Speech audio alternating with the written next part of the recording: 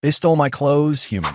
Please help me, cried the alien woman bathing in the lake. The lake lies quiet under a thin veil of mist. Pine breath drifts across the shore. Reeds tick against each other like small bones. Serena wades waist deep, rinsing grit from a day that would not end. The water grips her skin with cold teeth. Her white hair fans on the surface, then sinks as she combs it with her fingers.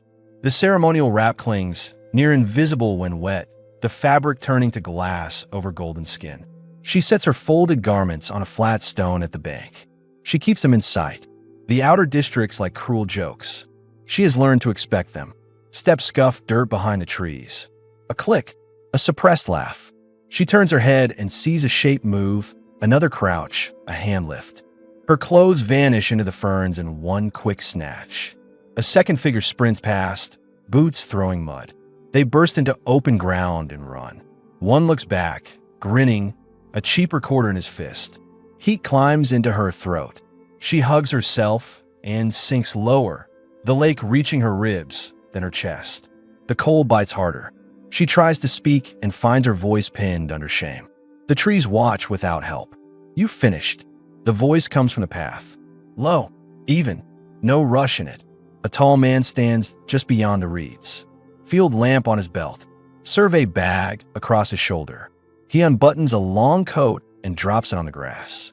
He turns his face away from the water and keeps it away, like a rule he made long ago and never broke.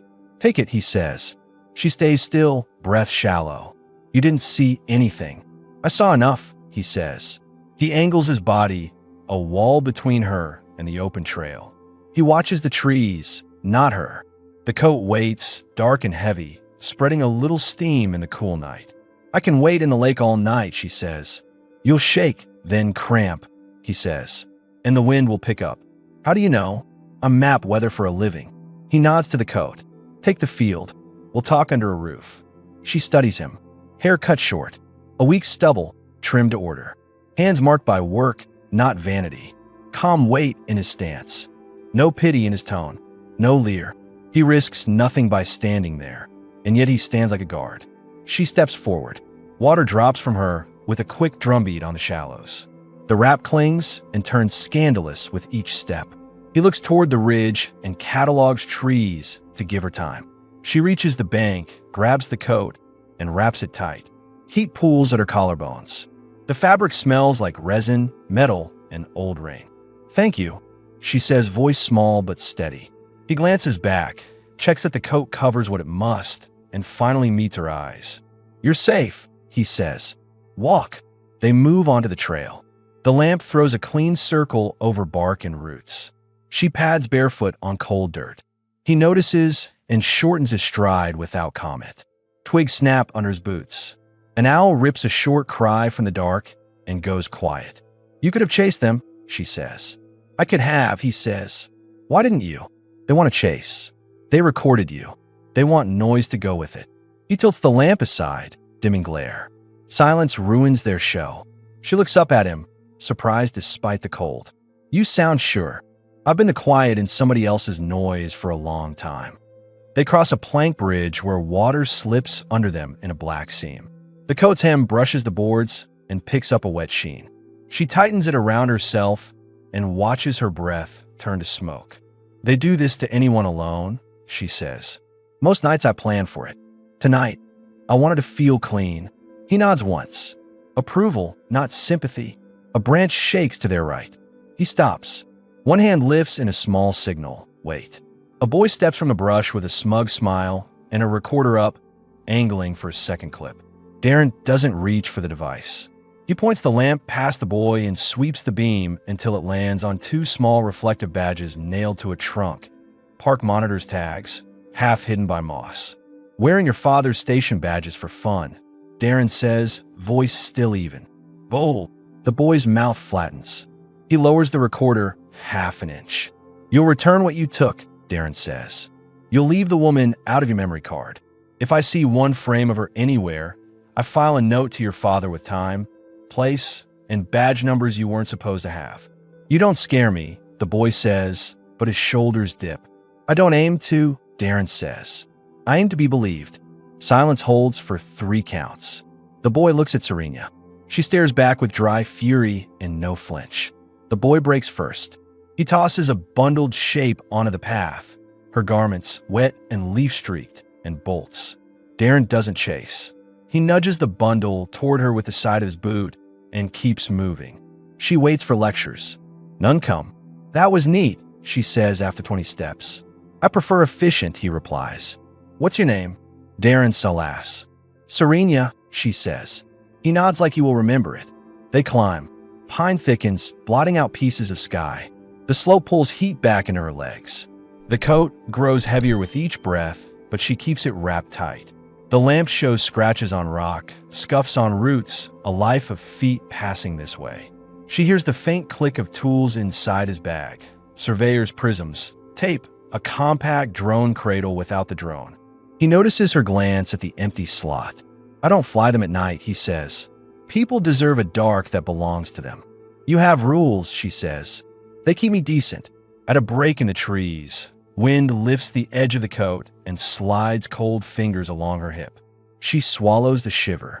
He sees it and steps closer, blocking the gust without making a scene.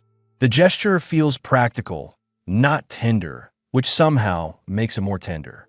Why were you at the lake? She asks. Checking boundary stones, he says.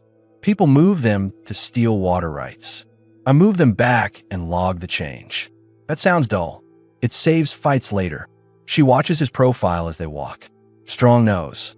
A small scar near the brow. Eyes that scan and settle.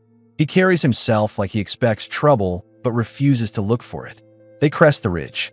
His home crouches on the cliff edge, dark panels, clean lines, one tall window like an eye. He keys the door and steps aside. Warmth rolls out. A heater hums. The faint bitter smell of coffee lingers from earlier. And he says, Serena hesitates on the threshold. The shift from cold night to warm room makes her knees light. He plants a hand on the door frame, not touching her, waiting for her to choose. She steps inside. The door seals behind them with a soft sigh. He hangs his bag, turns the heater 2 clicks higher, and sets a towel on a chair.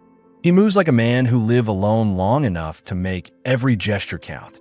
No wasted motion. No fuss. Bathroom's left, he says. Water runs hot. She loosens her grip on the coat. Heat lifts the last chill from her skin. A tremor passes through her fingers and stops.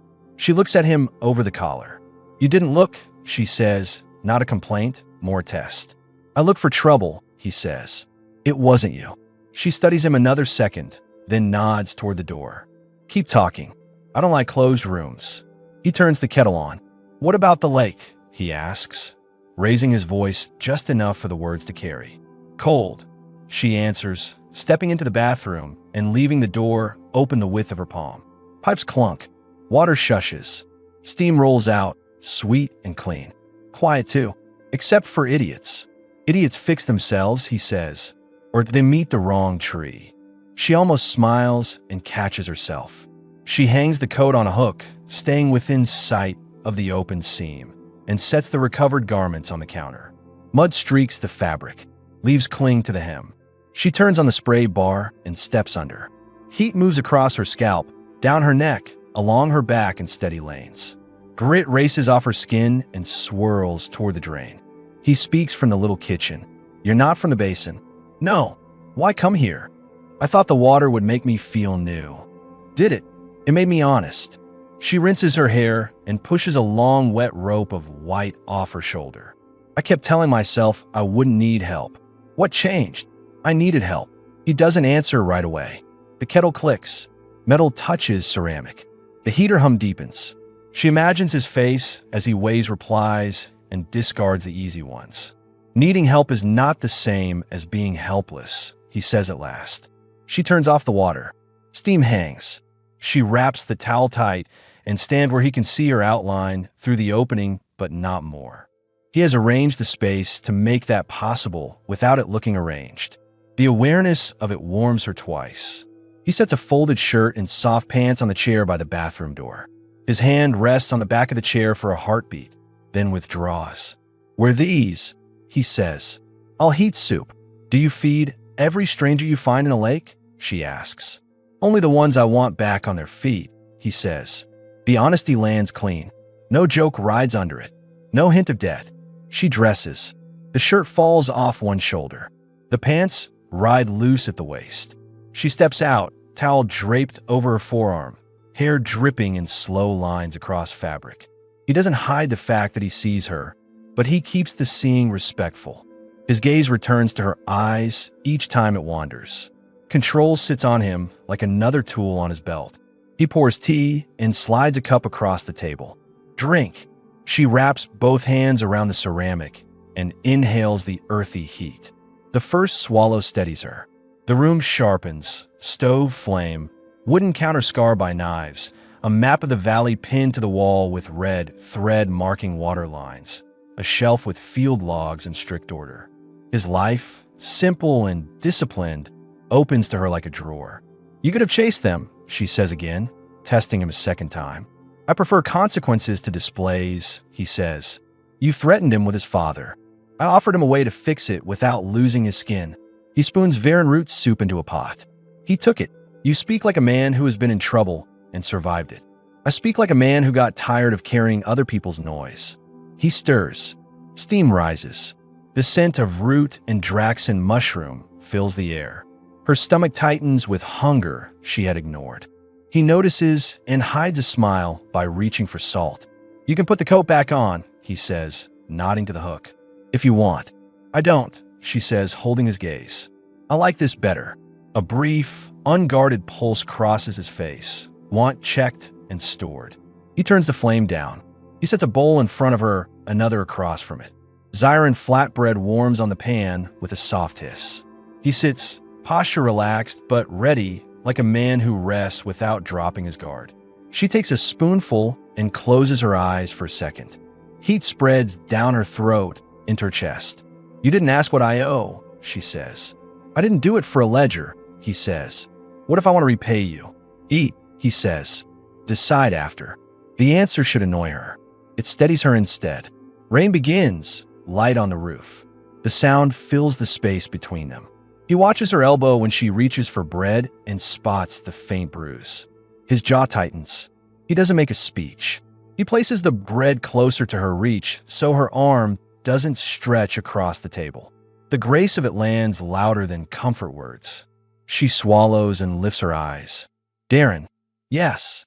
If I hadn't taken your coat, what would you have done?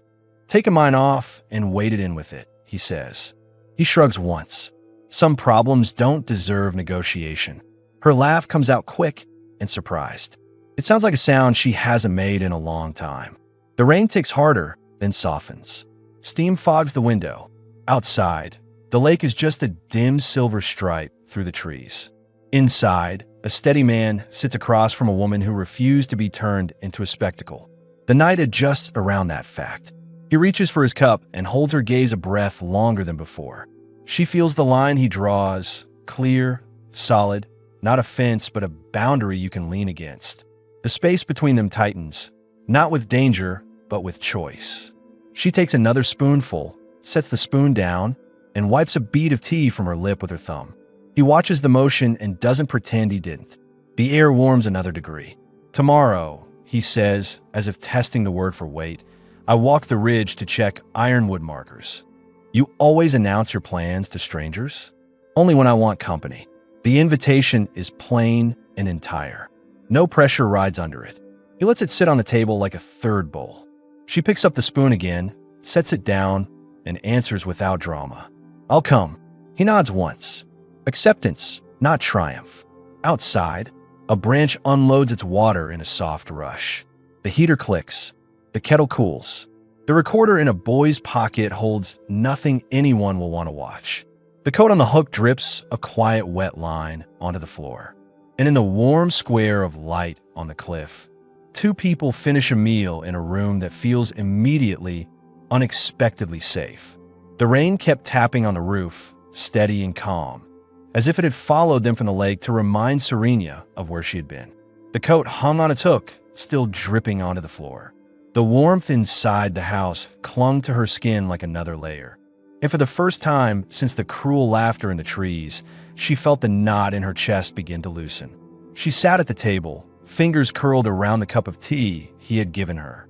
Darren moved with quiet precision, slicing dried root, setting a pan to heat. Every motion was efficient. No wasted steps, no noise beyond what the tools demanded. His discipline filled the silence more than words ever could. She glanced at her garments, still mud-streaked where he had kicked them back to her. "You didn't ask why I was bathing alone in the lake," she said. "You would tell me if you wanted me to know," he replied, not looking up from the stove. Her jaw tightened. She was used to men asking too much, pressing where she didn't invite. His restraint unsettled her more than questions would have. "I live in the Basin Quarter," she said at last. "Too many eyes, too much noise. The lake, it's the only place that feels untouched." He poured hot broth into a bowl and placed it in front of her. "And too many boys waiting for someone alone," he said. Her mouth curved bitterly. "They'll brag anyway. They always do, even if you stop the recording." Darren finally lifted his eyes to hers.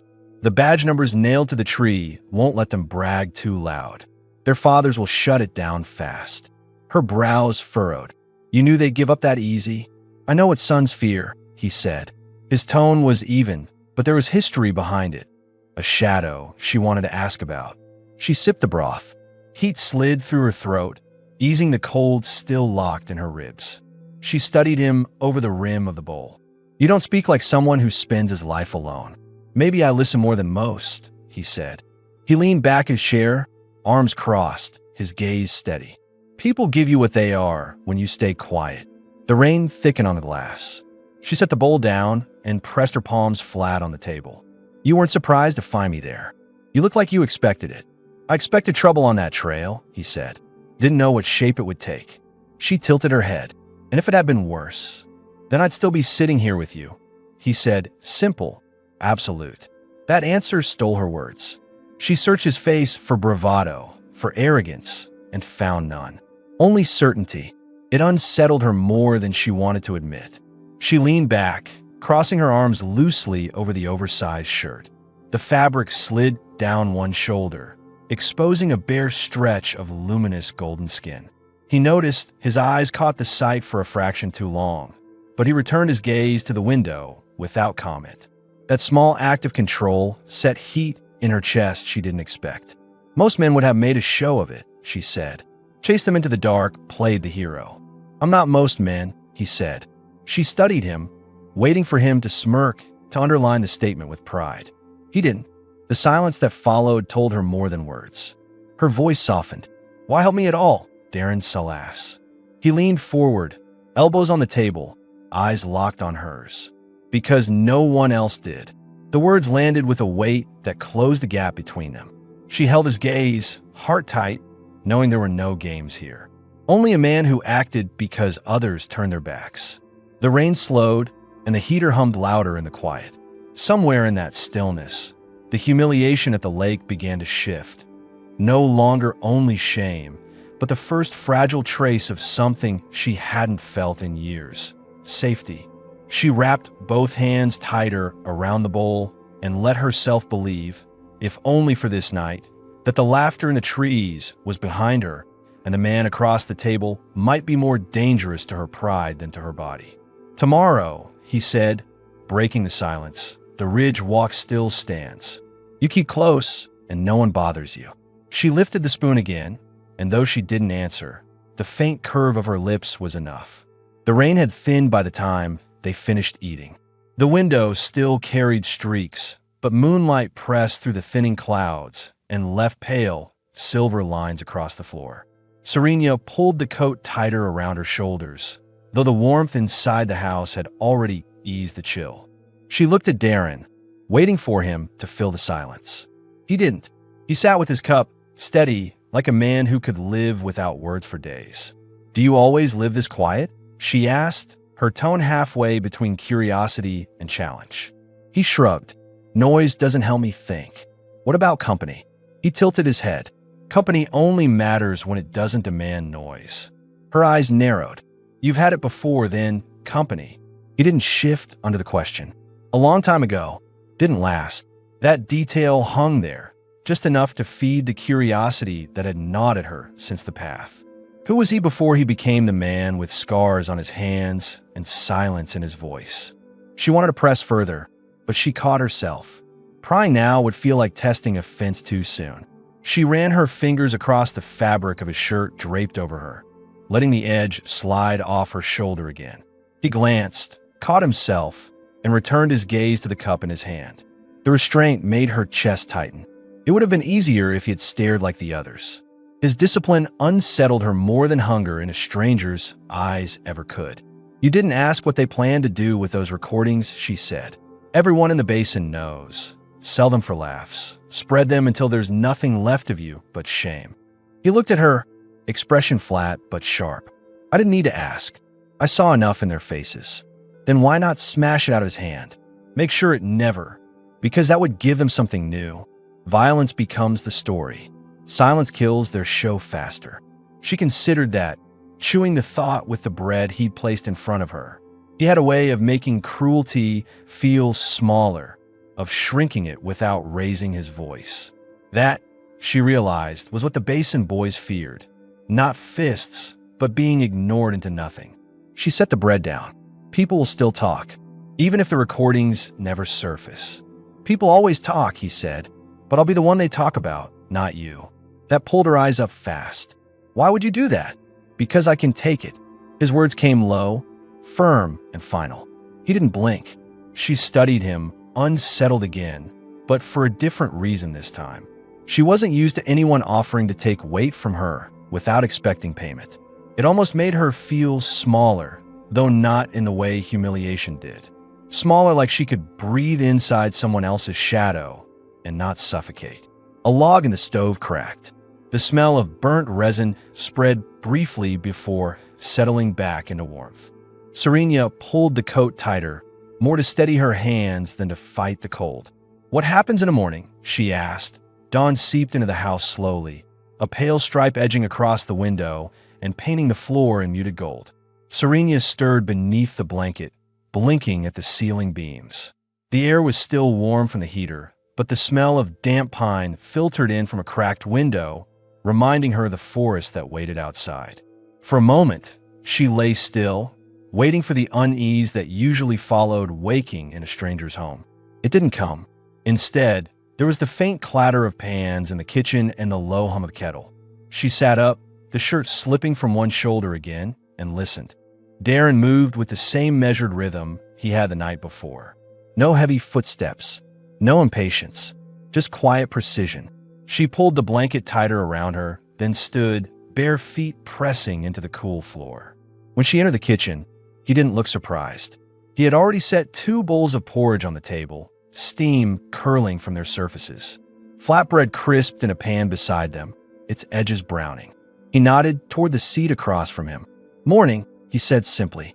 "You cook for all your strays?" she asked, trying for sharpness, but hearing the edge soften halfway. "Only the ones who look like they haven't eaten in 2 days." His tone was calm, not teasing, and the answer struck closer than she liked. She sat, folding her legs under the oversized shirt. The porridge smelled of larn berries, slightly tart, sweetened only by heat. She lifted the spoon and tasted. It was plain but real, and her body answered with a hunger she had been trying to deny. "You didn't ask me what I was doing before the lake," she said after a few mouthfuls. He cut into the bread, splitting it cleanly in half, and placed one piece on her side of the table. "You'll tell me if you want to," he said. "I was working the Basin District kitchens," she said, fingers brushing the bread but not tearing it yet. "Serving scraps while the overseers kept the good stock for themselves. They said I should be grateful. They said at least I wasn't on the street. But I was. Every night after shifts, I went back to a corner that stank of mold." She bit into the bread and forced the words out between chews. "The lake was supposed to make me forget that." Darren didn't flinch or give her pity. He poured 2 cups of Ferland Sea coffee and set one in front of her. "Did it work?" he asked. Her eyes flicked to him, annoyed, but the annoyance didn't hold. "No, not until you came." His gaze didn't move. He stirred his own coffee once, then set the spoon aside. "I don't fix what's broken in people. I just keep them from freezing while they find the strength themselves." The honesty of it caught her. She searched his face for signs of doubt. There were none. You talk like you've done this before, she said quietly. He held her stare for a long moment. Not like this. The air shifted. The words sat between them, heavy with things unsaid.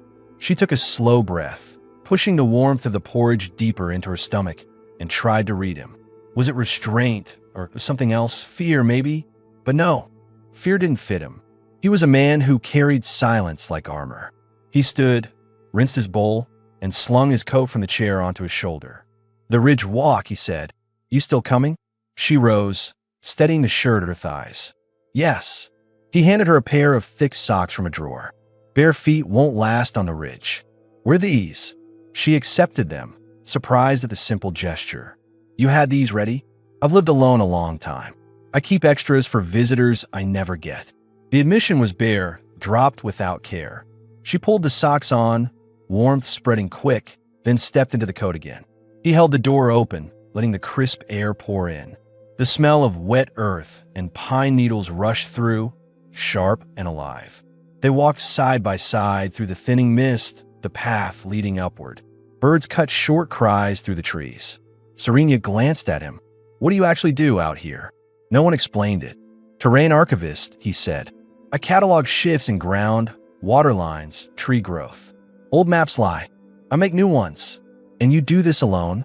Always. She frowned. Doesn't it make you lonely? He kept his eyes on the trail. Lonely and quiet aren't the same. She let that settle, then pressed again. So why bring me here? He stopped. The mist hung in the air, catching on his short hair and the edge of his jaw. He looked at her, steady and unflinching. Because you deserve to walk away with dignity, not hide in the water until your skin turned blue. Her breath caught. She turned away, blinking fast, letting the mist cover the heat rising in her cheeks. When they reached the ridge, the valley opened below them. Sheets of forest, rivers cutting through, the silver stripe of the lake in the distance. The air was sharper here, cleaner, and she filled her lungs with it. It's beautiful, she said. It's honest, he replied. She turned her head, catching the edge of his mouth. It wasn't a smile, not fully, but it was close. And in that closeness, in the unspoken weight of his presence, she felt the first stirrings of something she couldn't name yet. Something fragile, but stronger than shame. I walk the ridge. You can come, if you'd rather not. The door opens from inside. You trust me that much? If you stayed after the lake, you've already chosen not to hurt me, he said. Her chest tightened again. She had expected suspicion, conditions, questions. Instead, he placed the choice in her hands, as if he knew that mattered more than comfort. She leaned back, her hair dripping a final line of water down her spine. I'll walk the ridge with you, she said, though her voice came softer than she meant. He nodded once, as if that had been the only answer all along. He rose, collected the bowls, and cleaned them with quick, practiced movements. She watched the way he handled each dish, efficient, careful, as if even small tasks carried weight. When he was done, he set a folded blanket on the couch and a thin pillow on top. You'll sleep here, he said. And you, my room, one door down. She bit her lip. You aren't curious? He looked at her for a long second, then set the towel on the back of the chair. I'm curious, he said. His eyes held hers, steady, burning in a quiet way, but not careless. The honesty of it made her chest ache. She nodded, letting silence take over again. The heater clicked low. The rain finally stopped. In the dark, lying on his couch, Serena pulled the blanket over herself and stared at the ceiling beams. For the first time in months, she didn't brace for footsteps in the night. And still, the last thought before sleep caught her by surprise. How dangerous quiet men could be, not for their fists, but for the way they stripped excuses away until you faced only the truth. The ridge path narrowed, stone and root twisting into each other until they had to walk closer. Mist still clung to the treetops, thinning into ribbons as the sun pressed through. Serena adjusted the coat around her shoulders, the oversized sleeves brushing her wrists. Her fingers kept straying to the fabric, as though grounding herself in its weight. Darren moved ahead, steady and deliberate, his boots finding firm ground without hesitation. Every so often, he'd slow half a step, letting her keep pace without making it obvious. His silence wasn't cold. It felt like protection, a wall she could walk behind. At one point, the path bent sharply, the edge falling away into a drop where thin fog hid the valley floor. Serena paused, looking down. The cliff face was raw, streaked with iron-colored stone, jagged and unforgiving. A shiver ran through her, not from the cold this time, but from the thought of how easily one step could take her life. She didn't notice his hand until it brushed lightly against hers. Not grabbing, not pulling, just there, close enough to catch if she faltered. She glanced sideways. His eyes were on the trail, unreadable, but his fingers stayed near hers. "You don't speak much," she said, breaking the quiet. "Words aren't always useful," he replied. "And when they are, then they should matter." She gave a short laugh, softer than she intended. "Is that how you scared those boys off last night?" Fewer words, heavier weight. "They wanted a scene," he said. "I gave them nothing to sell." Her smile faded into thought. "What if they come back?" "They won't. They'll avoid me now." The certainty in his tone was so complete, it almost unsettled her. She studied him again. The set of his jaw, the quiet control in his movements, the way he seemed unshaken by what would gnaw others for days. He didn't strike her as arrogant, just steady like stone. The path leveled, widening into a stretch where tall grass bent under the weight of dew. Sunlight broke through here, gilding the blades until they looked like metal strands. Serena slowed, turning her face into the warmth. The coat shifted again, slipping off one shoulder. She didn't fix it this time. He noticed she felt the slight change in the rhythm of his steps. He didn't look away, but he didn't stare either. His gaze held on her just long enough for her to feel the weight of it, then returned forward. That restraint, again, always, tightened something in her chest. "You keep looking away when you don't want to," she said. His eyes cut to her. "And if I didn't, then maybe I'd stop hiding behind your coat." That landed between them harder than she expected. His mouth didn't move, but his silence shifted, denser, sharper, like he was holding something back by force. They reached a flat stretch where a fallen tree blocked the trail. Darren stepped up, then turned and held out his hand. She hesitated a beat before placing hers in his. His palm was warm, calloused, steady. He pulled her up with ease, but didn't let go right away. Their eyes met in the pause, breath mixing in the cool air. She withdrew first, clutching the coat tighter even though it had already fallen open at the front. Her heart beat louder than her steps. "You said last night you don't fix people," she murmured.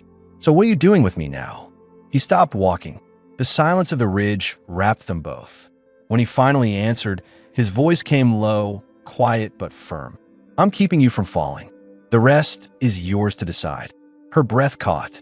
No one had ever put it like that. Not as a command, not as a pitying comfort, but as a choice. The words settled deep, heavier than she wanted to admit. She turned away, scanning the valley below as if the view could anchor her. The lake shimmered in the distance, silver against the dark green forest. Somewhere down there, laughter had tried to strip her bare. Up here, standing beside him, she felt covered in a way no garment could give. They walked on, the silence no longer heavy but charged, full of glances neither spoke about. Each step closer to his home felt different now, as if the path itself had changed, narrowing their distance without touching them. By the time the roofline of his dwelling came into view again, the question wasn't whether she trusted him.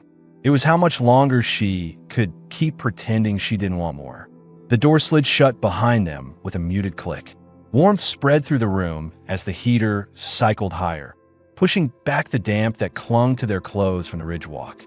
Darren set his coat on the hook and placed his survey bag on the counter. He moved with that same economy of motion, but there was a subtle difference now. His silence carried weight, not absence. Serena stood near the table, watching him. Her hair was still damp from the morning mist, strands clinging to her cheeks and the collar of his shirt. The socks he had given her were already smudged from the trail. She tugged the shirt lower at her thighs, aware of how it barely covered her when she shifted. The coat she wore outside lay folded on the chair. Without it, the thin fabric revealed more than she meant it to. He noticed. She could see it in the way his eyes paused on her, just a fraction longer than before. He didn't avert his gaze as quickly this time. "I'll cook," he said, his voice low. He turned to the stove, striking the burner. Flame caught, licking under the pan. He began to cut dried Draxon mushrooms, his knife steady against the board. Serenia crossed her arms, not from cold, but to anchor herself. "Do you ever let anyone else in here?" "No." The answer came without hesitation. "Not once. Not since I built it." He dropped the mushrooms into the pan, added oil. The smell rose, earthy and sharp. "Too many people bring noise with them." "And me?"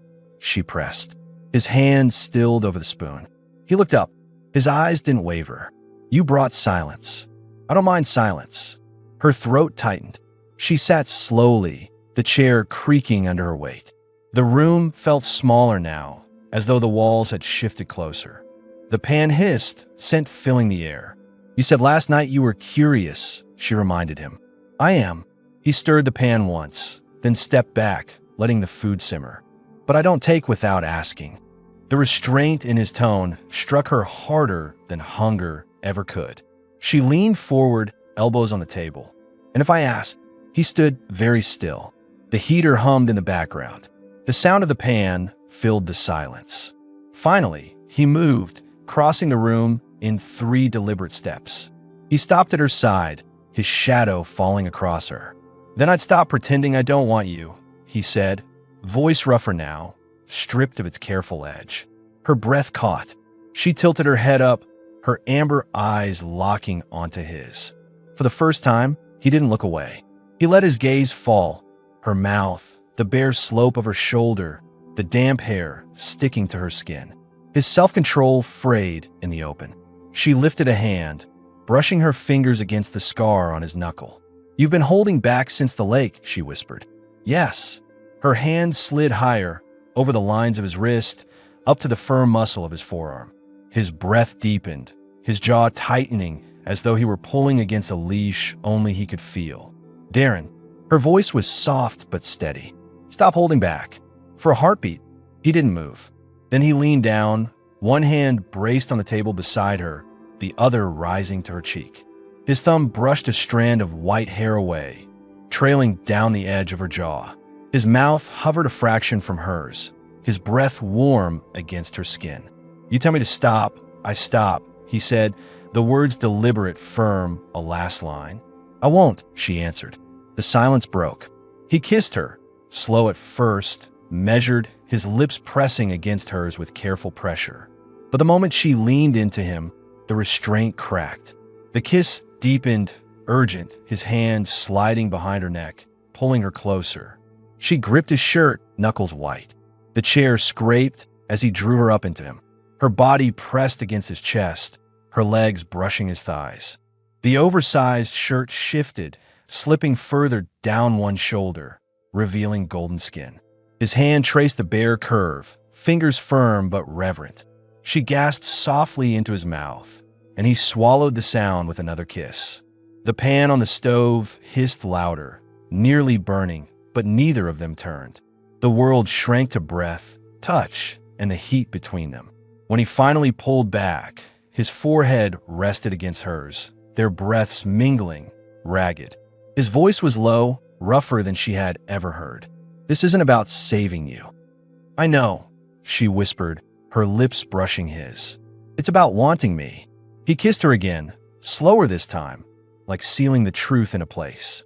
The food smoked in the pan. He didn't care. Neither did she.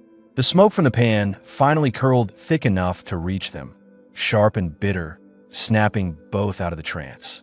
Darren swore under his breath, broke the kiss, and crossed the room in 3 long strides. He pulled the pan off the flame, dumped the charred mushrooms into the sink, and ran water over them. Steam burst up, filling the kitchen with a scorched tang. Serenia leaned against the table, her chest rising fast, the oversized shirt hanging loose from both shoulders now. Her lips tingled from his kiss. She drew in a slow breath, steadying herself, though her knees still threatened to fold. "You burn food often?" she asked, voice low, still catching. He shot her a look, half a glare, half something else entirely. "Not usually." She smiled faintly, curling her fingers into the hem of the shirt to keep them busy. "So I distracted you." "Yes," he said, flat honest. He didn't dress the word with denial. That truth stirred something deep inside her, a rush of heat not from shame, but from power. For the first time in years, she wasn't the joke or the target of someone's cruelty. She was wanted so clearly that a man as controlled as Darren lost focus because of her. He dried his hands and turned back, standing a little too still, like a man restraining the urge to move closer again. His voice came rougher now. "You should eat. You should admit you don't care about food right now," she countered. His jaw flexed. He crossed the distance slowly this time. No rush, no pretense. When he reached her, he didn't touch immediately. He stopped close enough that she felt the warmth of his body against her knees. His eyes searched hers, sharp but steady. "You're not just something I found at the lake," he said. "Then what am I?" He lowered his head, his lips brushing her ear when he spoke.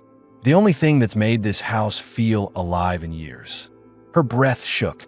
She slid her hands up his chest, palms feeling the steady heat beneath his shirt. His heartbeat thudded under her touch, strong and unflinching. She tilted her head up, her lips catching his again, softer this time, exploring rather than taking. He kissed back with a slow hunger that pressed time flat around them. His hands found her waist, pulling her closer until she perched on the edge of the table. The shirt slipped further, exposing the curve of her shoulder, the golden sheen of her skin. He looked at her like she was more than flesh, like she was something claimed only by choice. "You're trembling," he murmured. "Not from fear," she whispered back. That was all he needed.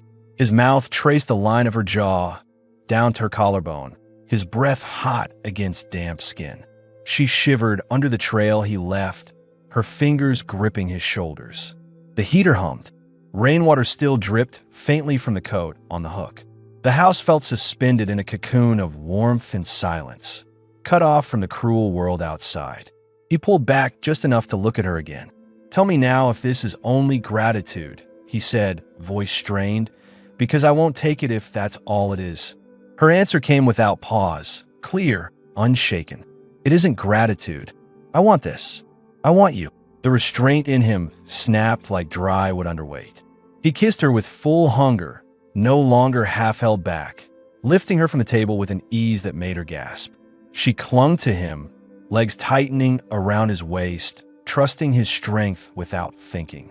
He carried her toward the bedroom door, the kiss never breaking. The door clicked shut behind them, leaving the kitchen silent except for the faint hiss of cooling metal in the sink.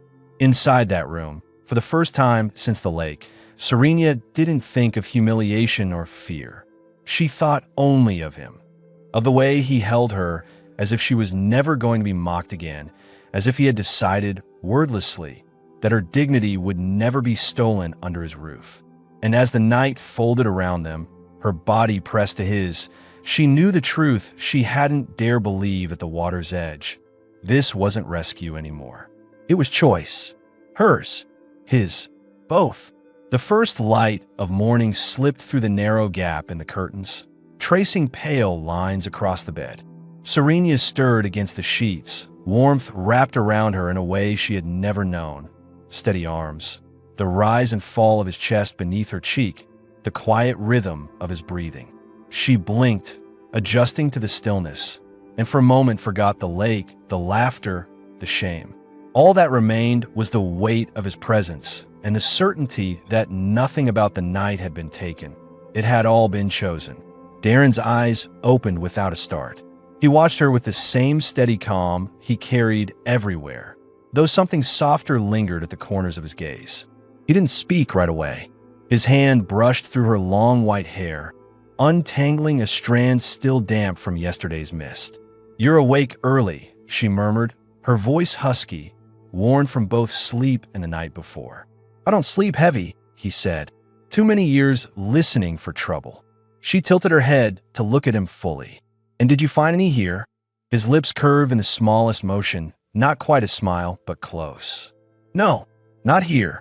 She let the words sit, then shifted up, draping herself partly across him, the shirt she had borrowed now tangled around her waist. His hand rested at the small of her back, warm and firm, anchoring her against him. "Do you regret it?" she asked suddenly, the question sharp, more fragile than she intended. "No," his voice carried no hesitation. He cupped her cheek, forcing her eyes to meet his. "Do you?" She shook her head, quick, certain. "I was afraid I'd feel like a mistake in the morning." "I don't.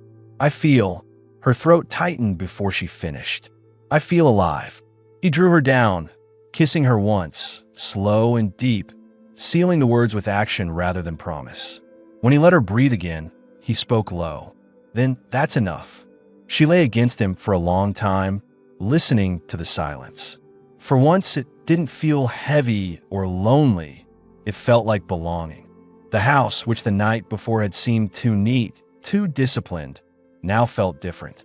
Less like walls and more like shelter. Later, they rose together. He lit the stove, moving with his usual precision, but she caught him watching her reflection in the window as she moved around the kitchen, bare legs brushing the floor, her hair catching the sunlight. She pretended not to notice, but felt the heat of it anyway.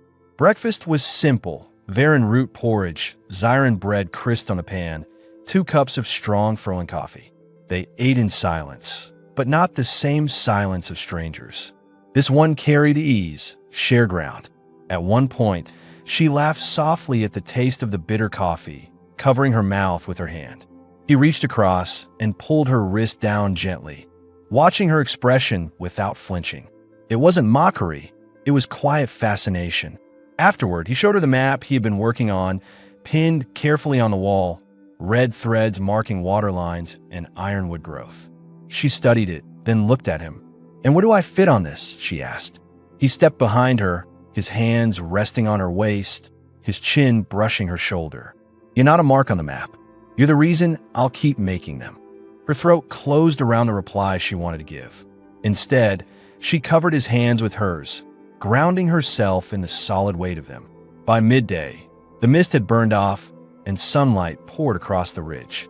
They stood outside the door, the valley opening wide before them. She leaned into him, her head against his shoulder, watching the lake gleam silver in the distance. The place where shame had almost drowned her was only a thin glimmer now, reduced to part of the view.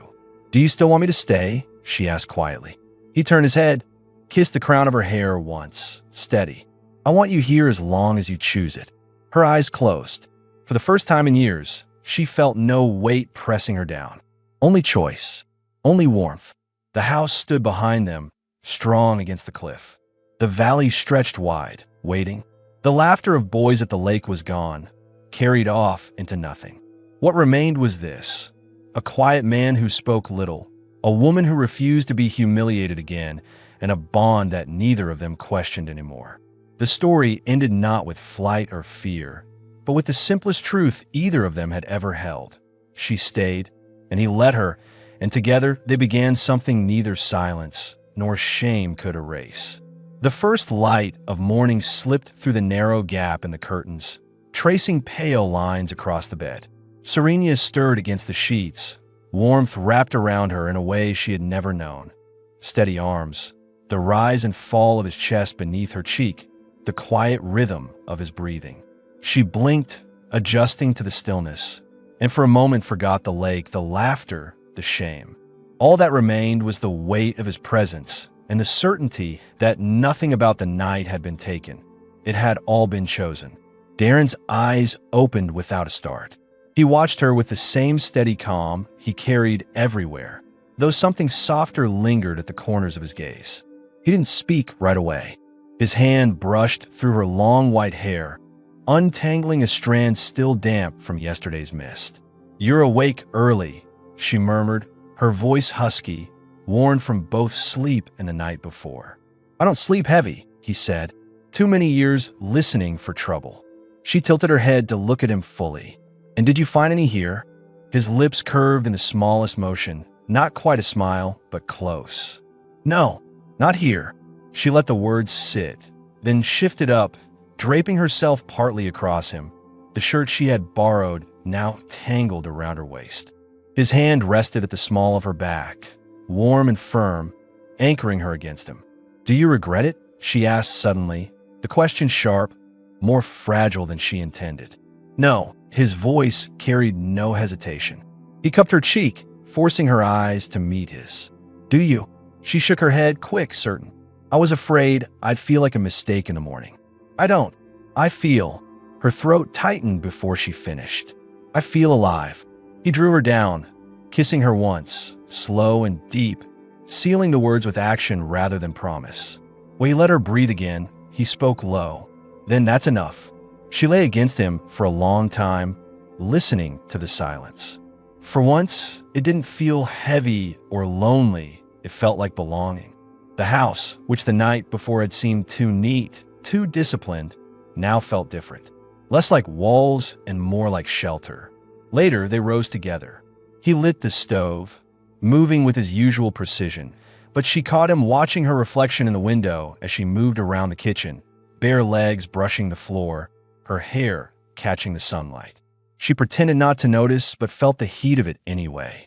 Breakfast was simple. Varan root porridge, Zyron bread crisped on the pan, 2 cups of strong Ferlin coffee. They ate in silence, but not the same silence of strangers. This one carried ease, shared ground. At one point, she laughed softly at the taste of the bitter coffee, covering her mouth with her hand. He reached across and pulled her wrist down gently, watching her expression without flinching. It wasn't mockery, it was quiet fascination. Afterward, he showed her the map he had been working on, pinned carefully on the wall, red threads marking water lines and ironwood growth. She studied it, then looked at him. And where do I fit on this? She asked. He stepped behind her, his hands resting on her waist, his chin brushing her shoulder. You're not a mark on the map. You're the reason I'll keep making them. Her throat closed around the reply she wanted to give. Instead, she covered his hands with hers, grounding herself in the solid weight of them. By midday, the mist had burned off and sunlight poured across the ridge. They stood outside the door, the valley opening wide before them. She leaned into him, her head against his shoulder, watching the lake gleam silver in the distance. The place where shame had almost drowned her was only a thin glimmer now, reduced to part of the view.